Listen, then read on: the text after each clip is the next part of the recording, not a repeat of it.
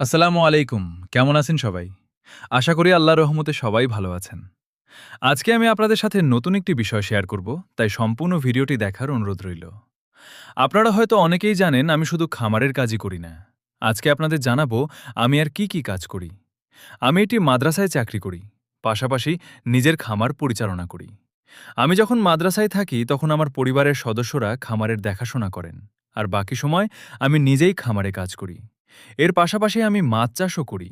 সবকিছু মিলিয়ে অনেক কাজ সামলাতে হয়। কারণ শুরুতে শুধু খামারের আয়ের ওপর নির্ভর করে সংসার চালানো কঠিন। বর্তমানে আমার খামার ছোট, তাই কাজ ও আয় দুটোই সীমিত। তবে ইনশাআল্লাহ খামার বড় হলে কাজও বাড়বে, লাভও বাড়বে। এখন যেহেতু খামারের কাজ তুলনামূলক কম, তাই আমি বাইরেও সময় দিচ্ছি এবং অন্যান্য কাজ করছি।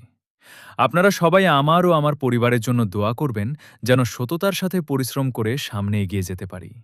আর যারা এখনও আমার ফেসবুক পেজ ফলো করেননি তারা অবশ্যই ফলো করবেন।